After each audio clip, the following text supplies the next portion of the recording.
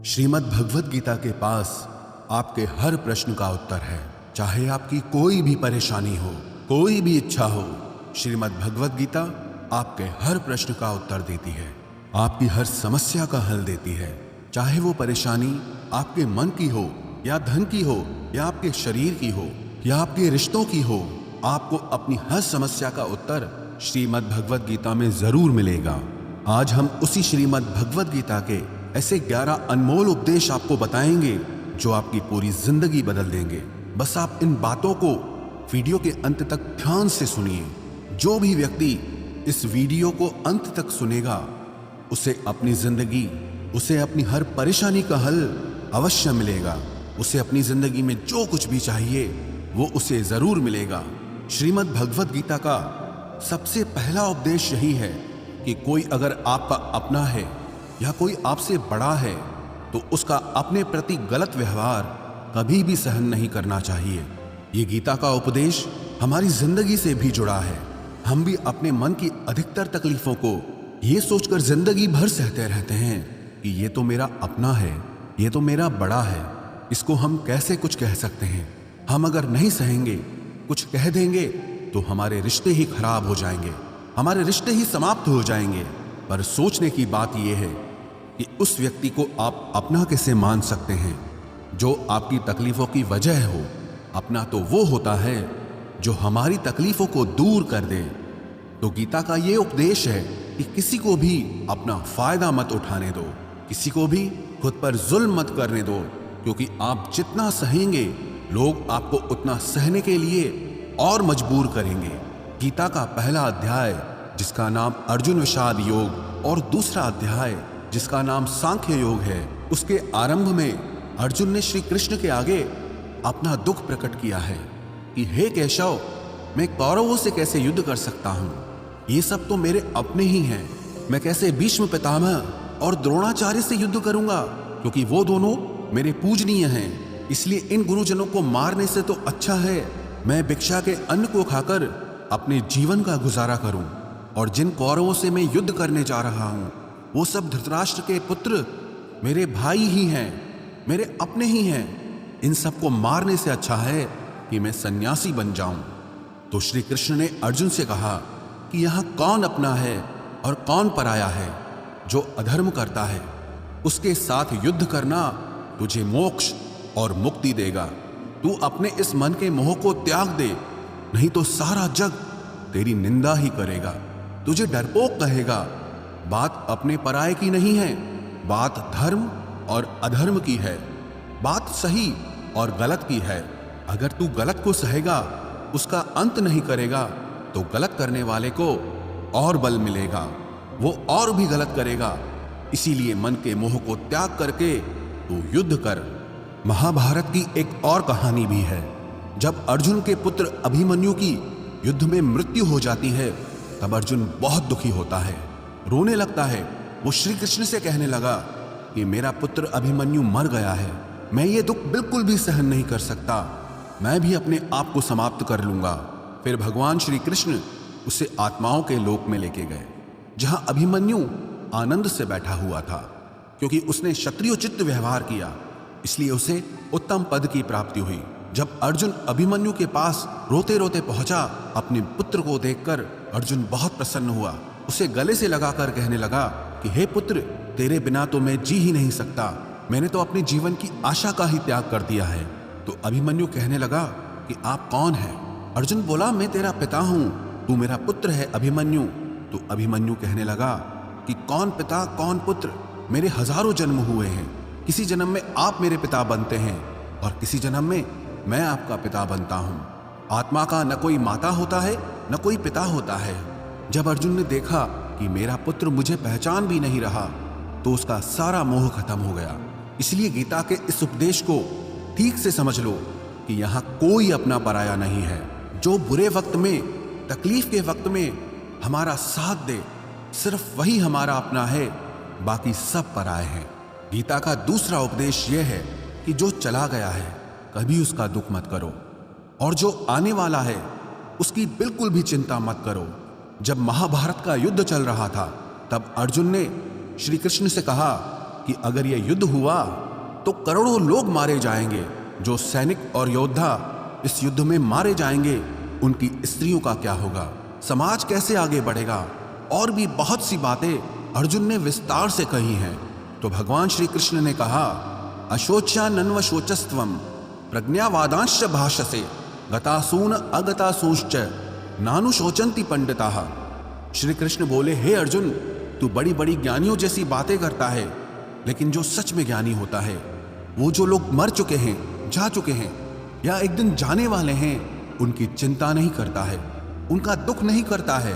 तेरे हाथ में कुछ भी नहीं है, तू चाहकर भी कुछ कंट्रोल नहीं कर सकता। जीवन और मरण ये तो प्रकृति की नियति है। इसीलिए जो ज्ञानी होता है वो किसी के मरने पर भी रोता नहीं है। ज्ञानी जन ना ही बीते हुए कल का शोक करते हैं और ना ही आने वाले कल की चिंता करते हैं।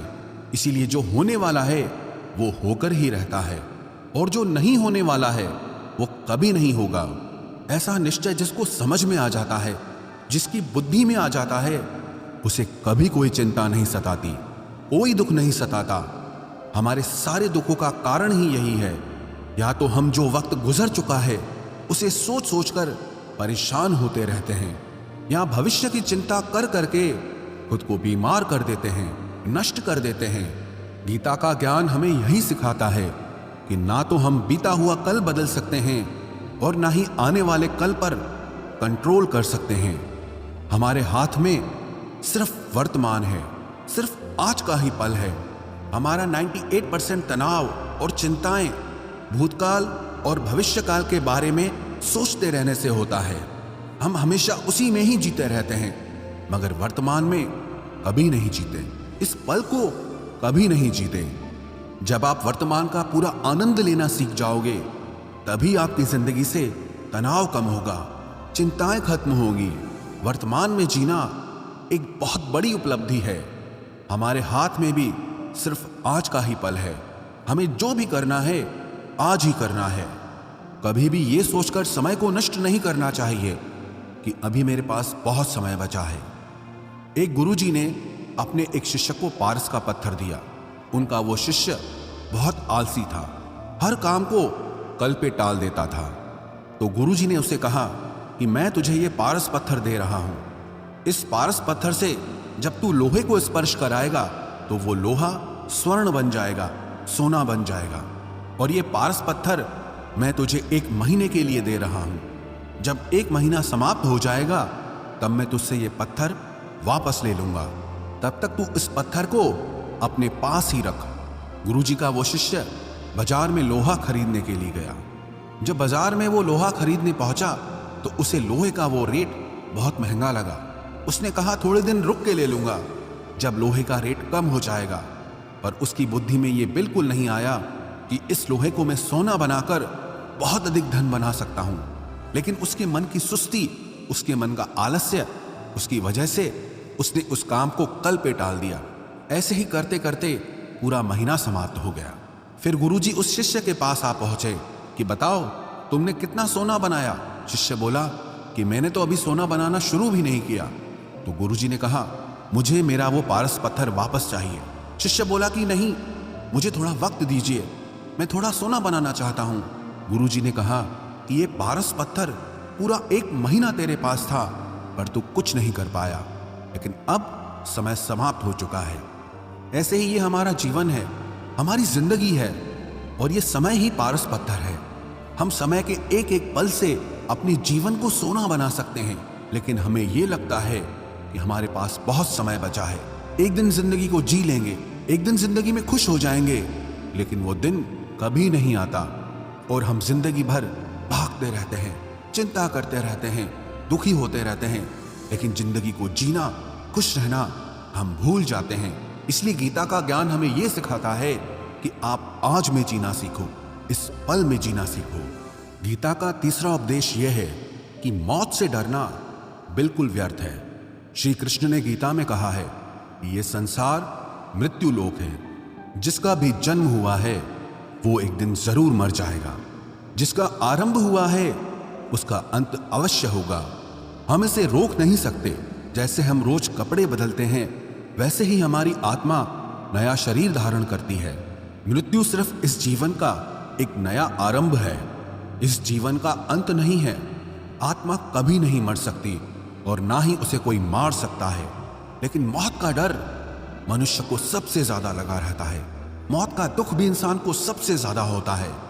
एक पेड़ में दो पक्षियों का जोड़ा रहता था। उन दोनों को एक दूसरे से बहुत प्रेम था। उन्होंने साथ जीने मरने की कस्में खाई थी।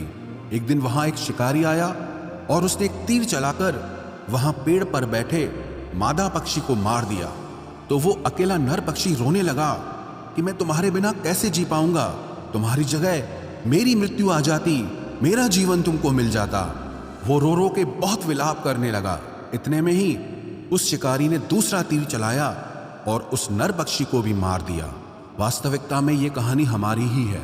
हम भी रोते रहते हैं जब कोई मरता है तो, लेकिन हमें ये नहीं पता कि एक न एक दिन हमारा भी जीवन समाप्त हो जाएगा। हम भी उसी मृत्यु के पेड़ पे ही बैठे हैं। लेकिन शरीर का मिटना हमारा अंत नहीं है। श्री कृष्ण ने अर्जुन से कहा कि हे अर्जुन, तेरे और मेरे अनंत जन्म हुए हैं। तुझे कुछ भी याद नहीं है, लेकिन मुझे सब याद है। जो व्यक्ति इस सत्य को समझ ले कि मैं यहां इस संसार में कुछ समय के लिए आया हूं, उसकी जिंदगी के सारे झगड़े, सारे दुख, सारी चिंताएं ही समाप्त हो जाएंगी। जब इस संसार से जाना ही है तो दुख किस बात का। पहले के जमाने में साधु महात्मा लोग पैदल यात्रा करते थे। यात्रा करते करते वो एक नगर में पहुंचे। वो महात्मा बहुत थक चुके थे। उस नगर में उन्होंने एक महल देखा और उन्होंने उस महल में जाकर विश्राम करने का सोचा और वो महल में जाकर सो गए।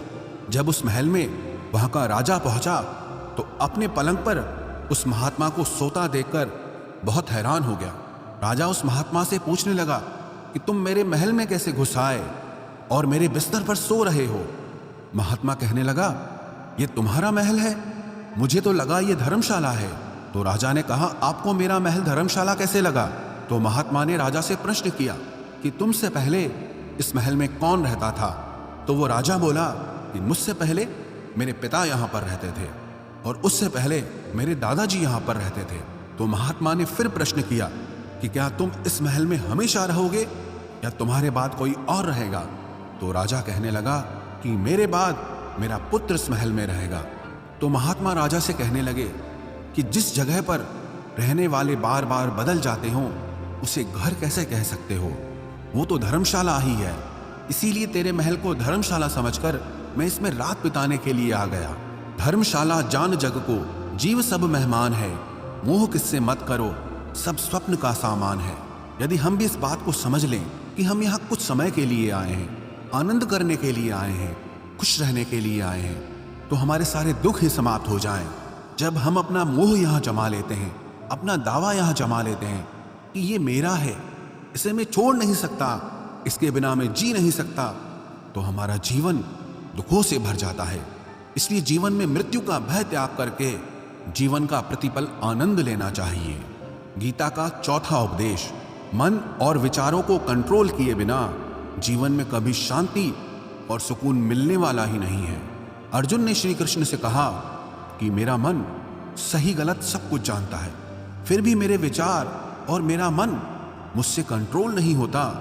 मैं जो करना चाहता हूं वो कर नहीं पाता हूं और जो नहीं करना चाहता हूं वो मेरा मन मुझसे जबरदस्ती करवाता है।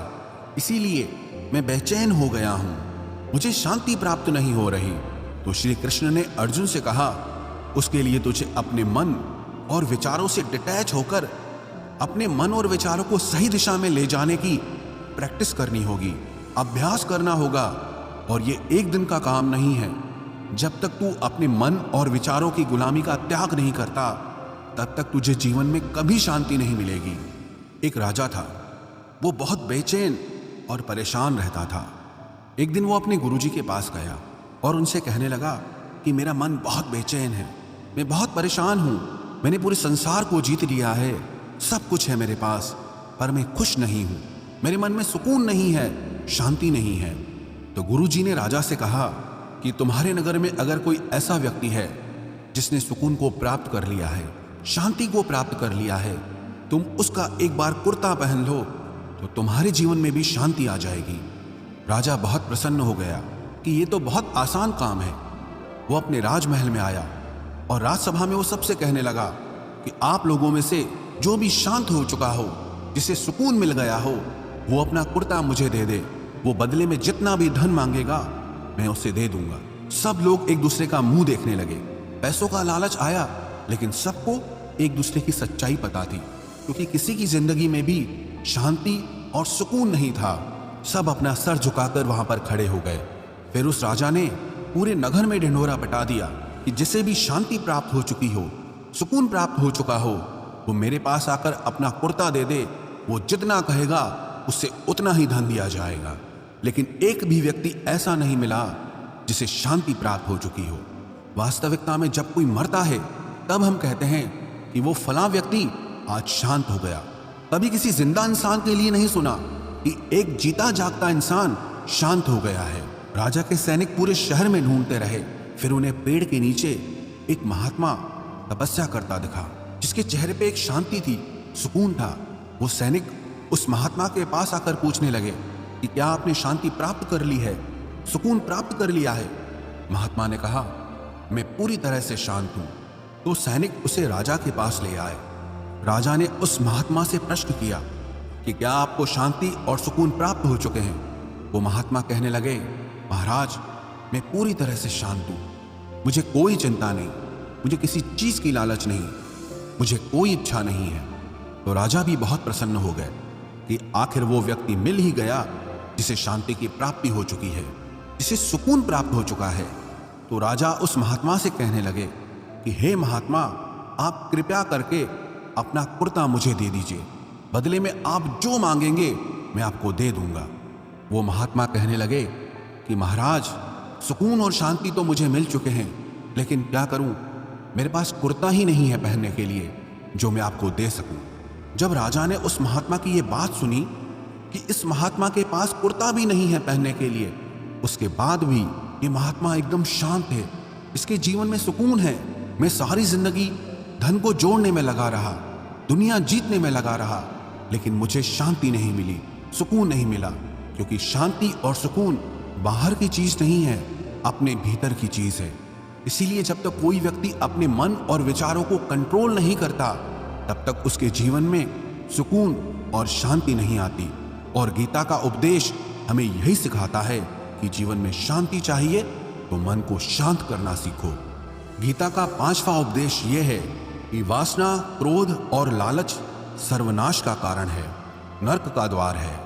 जिस भी मनुष्य में ये 3 अवगुण होते हैं, वो हमेशा दूसरों को दुख पहुंचाकर अपने ही सुख और स्वार्थ की पूर्ति करता रहता है।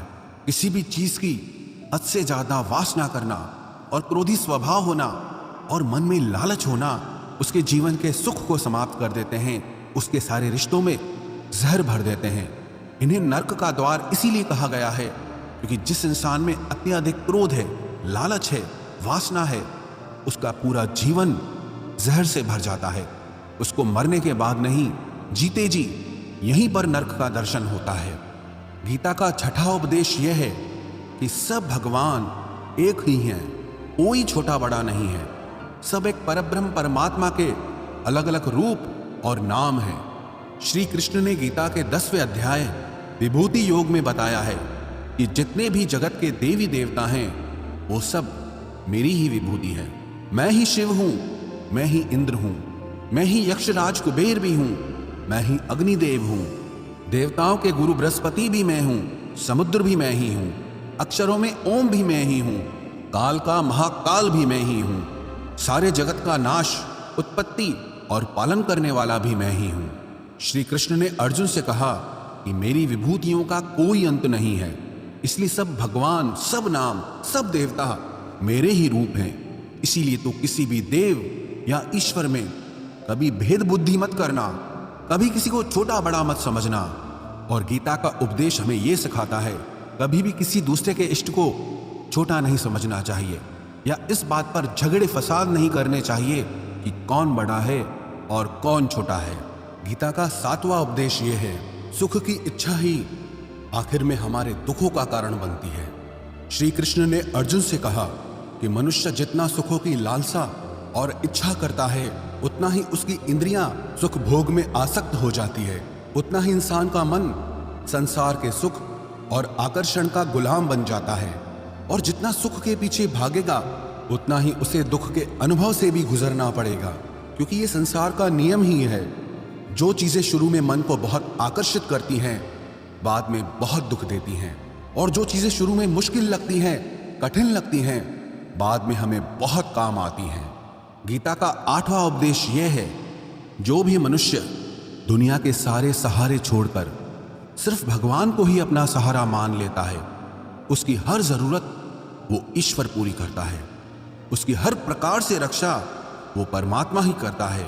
अनन्याश्चिन्तयो माम ये जनाः पर्युपासते तेषां नित्याभियुक्तानां योगक्षेमं वहाम्यहम्।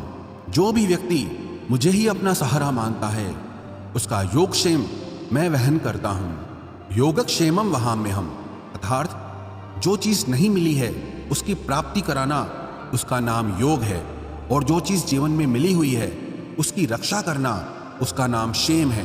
तो श्री कृष्ण कहते हैं, जो मुझ पे डिपेंड हो जाते हैं उनको जो चाहिए वो मैं जरूर देता हूँ, और उनकी हर प्रकार से मैं रक्षा भी करता हूँ। गीता का 9वां उपदेश यह है कि इस संसार में हमारा कुछ भी नहीं है। गीता सार में आपने कई बार सुना होगा कि तुम्हारा क्या गया जो तुम रोते हो, तुम क्या लाए थे जो तुमने खो दिया, तुमने क्या पैदा किया जो नष्ट हो गया, तुमने जो लिया यहीं से लिया, जो कुछ भी दिया यहीं पर दिया। जो आज तुम्हारा है कल किसी और का होगा, क्योंकि परिवर्तन इस संसार का नियम है। कल तक जिसके बिना आप जी नहीं सकते थे आज उनसे कोई रिश्ता ही नहीं है, बातचीत तक नहीं है। कहाँ गए वो जीवन भर के सारे रिश्ते, वो सारे मित्र जो साथ जीने मरने की बातें करते थे, आज पता भी नहीं कि वो लोग कहाँ चले गए। ये संसार परिवर्तनशील है, सब लोग यहां बदल जाते हैं, हर रिश्ता बदल जाता है, और तो और ये हमारा शरीर भी हर दिन बदल रहा है। बचपन से जवानी, जवानी से बुढ़ापा, और एक दिन ये शरीर हमारा साथ छोड़ देता है। तो किसके लिए रोना और किसकी चिंता करना। हम सारी जिंदगी चीजों को, रिश्तों को, जिंदगी को बनाने में, सजाने में, संवारने में लगे रहते हैं, लेकिन एक दिन सब कुछ बिखर जाता है। सारी जिंदगी जिस संपत्ति, जिन रिश्तों के लिए हम लड़ते रहते हैं, एक दिन सब कुछ छोड़ करके हमें इस दुनिया से जाना पड़ता है। गीता का 10वां उपदेश हमें यह सिखाता है कि किसी से भी हद से ज्यादा मोह कभी मत करना। श्री कृष्ण ने गीता का पूरा ज्ञान ही अर्जुन के मोह को नष्ट करने के लिए कहा है। ये मोह ही है जो इंसान को सबसे ज्यादा रुलाता है। मोह इतना बलवान है कि शेर जैसे इंसान को भी गीदड़ बना देता है। जो अर्जुन युद्ध में देवताओं से भी जीत गया, पर अपने रिश्तेदारों को युद्ध में देखकर उसका हाथ कांपने लगा। वो बोला, हे केशव, मेरे हाथ में धनुष पकड़ने की ताकत भी नहीं बची है, मेरे हाथ कांप रहे हैं, मैं युद्ध नहीं कर पाऊंगा। ये मोह इतना पेनफुल होता है जिसकी पीड़ा ना सह पाने के कारण कई लोग अपनी जिंदगी खत्म कर देते हैं, आत्महत्या तक कर लेते हैं कि उस व्यक्ति के बिना हम जी नहीं पाएंगे। जीवन में किसी से भी हद से ज्यादा मोह करोगे तो जीवन भर पीड़ा का ही सामना करना पड़ेगा। जो व्यक्ति अपने मोह से बाहर नहीं आता, उसका सब कुछ उससे छिन जाता है, उसकी सारी खुशी खत्म हो जाती है।